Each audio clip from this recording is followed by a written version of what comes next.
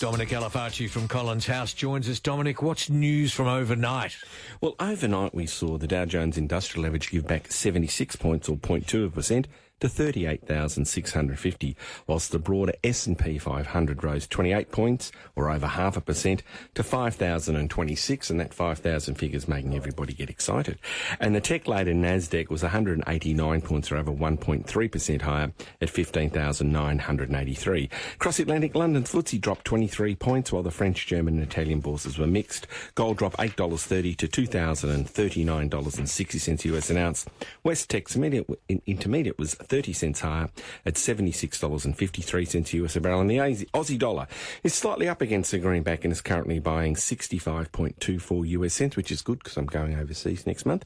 And the ASX 200 spies 9 points lower, pointing to a slow start on Monday, following Friday's effort where our market put on 6 points to end the session at 7,645. Now, today you wanted to talk about retirement for single women. Yeah, it's an important topic, and people often don't give it enough credence, I think. And you know, the rules are generally the same for both females and males in the tax system, but there are specific differences which some women may need to address. And you know, whilst it's illegal to pay, you know, a woman less for doing the same job as a man, it wasn't always the same decades ago. So they're a bit behind the eight ball even before they start planning to retire, because they've got less disposable income and they've had less super.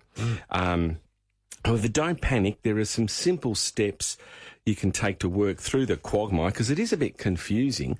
And you can use things like Centrelink benefits or rearranging your assets. We spend a lot of time moving the pieces of the jigsaw puzzle around.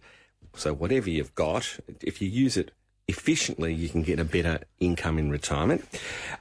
Similarly, if you have, you've been an unpaid home manager, because they work very hard, people who don't get paid at home, and suddenly you find yourself single. It could be through a death or whatever, divorce.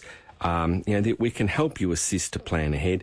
Or if you've been out of the workforce for extended periods and not been able to contribute to super, there are a lot of strategies to help you catch up before age 75. People think, oh, I've got to do this before I'm 50. It's actually now 75 you can use the tax rules to top up your super. Right. And whether you be downsizing your home, dealing with an inheritance or a family law settlement, you know, we can make it, the complex seem simple is the message. It looks daunting, but if you sit down with someone and give you the right advice, it can be quite straightforward.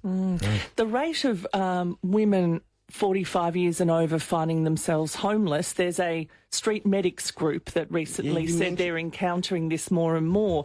So that sounds to me like women who might have not worked, they've been in a relationship where the partner is the breadwinner and they're running the home, and then without that superannuation or income, they find themselves unable to take care of themselves. Is that what you're hearing? Thank goodness. I've read, I think you may have mentioned it last time, actually. Emily. Possibly, yeah. I haven't, thank goodness, met those unfortunate people who are, you know, homeless at 45. That's well, from the age of 45 on. But older women being homeless is a growing cohort, sadly. Yeah, look, I'm sad to hear that, but I haven't not had a lot of experience with that.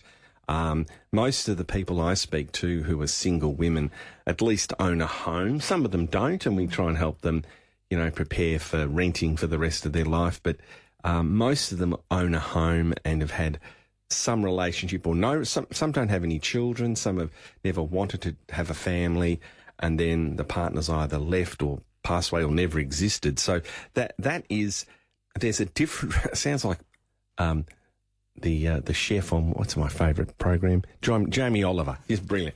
Jamie Oliver's got an answer for Sesame Street. No, Jamie, that was a good one, Darren.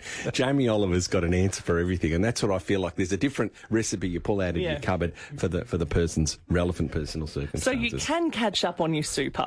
Yeah, you've got to have enough assets and you've got to rejig it, but it's a pain. Look, I mentioned 2 weeks ago about the nude bomb. We need to drop the nude bomb on Canberra and get these people who make we don't want to kill anybody. We just want them to wake up. Politicians and bureaucrats who make complex rules for the benefit of no one except the bureaucracy. It's just insane. We need to get them all their clothes to fall off and go, this is what we've done. It's so stupid what you have to do.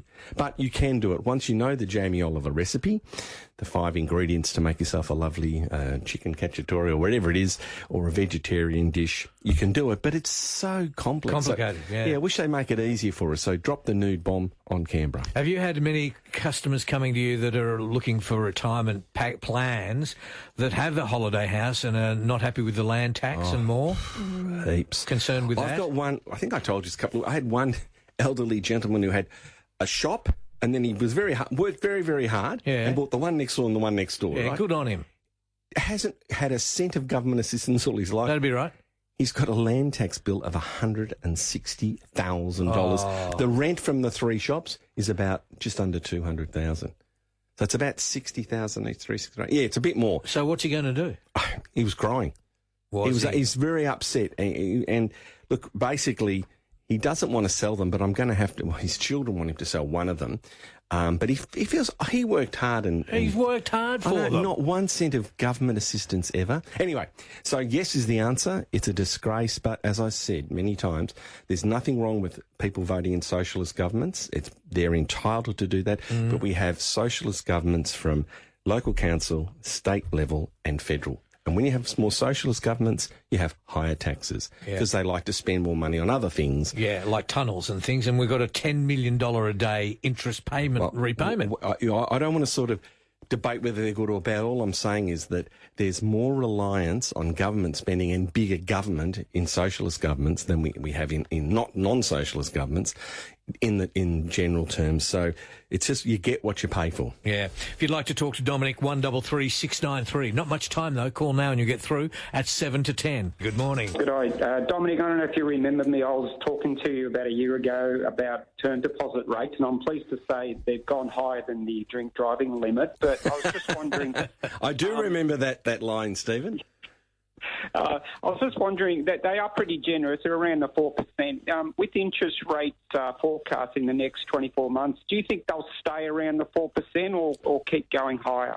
No, they won't stay around 4%, probably past about September or October is the guess. Not sure when the first rate cut's going to be, but the banks will need to squeeze every dollar that they can out of punters. So, look, you can get some terrific honeymoon rates of about 5.4% for about 2 or 3 months as a sort of a loss leader. So Macquarie Bank and other companies ask you to open up an account, and up to $200,000 they'll pay you about 5.4. Then it'll drop to, in the 3s or 4s. So that's something to look forward to. You can take advantage of now. But you should be thinking about, if you've got a 24-month to 36-month time horizon, we're getting 6s and 7s on some high-quality paper. They're not bank accounts, but they're very, very good quality companies. That's good, isn't it? Yeah, like I think the last 12 months we've averaged between 6.7 and 7.1 from memory. And look, they're not government guaranteed, but they do provide you probably about four basis points above the basic cash rate. So that's a pretty good return. Yeah, that sounds good, Stephen. Yeah, it does. Thank you. Cheers. I'll break a bottle of wine over it. Thank you, Dominic. Good on you, mate. Good on you. Thanks. What's been the highest interest return when over the years for investment? What's the best you've ever had? When the bond market crashes, investing in fixed interest, you can make 18%. Okay, sometimes 20. Gee. At call rates, I remember the State Bank of Victoria, many, many years ago, I've still got the pamphlet, I think it was 16.8% per annum. At call? At call. Just for a bank account? Yeah. That was before it collapsed. Whoa. And they were in the high inflation days. Remember, inflation was very, very high back in the 80s. Yeah, we don't want inflation to get any higher at all, do we? No. Yeah. And the good news is it has come down a bit, hasn't it? A little bit, yes. Keep fingers crossed. The Reserve Bank governor doesn't want to make a mistake. That's why she didn't, and have inflation spike up again by cutting rates sooner than later. So, did you see her speech during the week? Yeah. Gee, she went on a lot for not saying much, I thought. I'm glad you can say that because I'd like to, but I can't. Oh, can't you? No. Because you're a registered one of them. No. Wanker. Yes, you are. Registered. RW. Lovely to see you, Dominic. Thanks, guys. See you, Emily. Bye. Enjoy Wakery or wherever you go. Oh, where are you Walkerville. Walkerville. And have a quaddie today, I think, I think on the so. beach. At Caulfield. How good does that sound? See you, Emily. I'm staying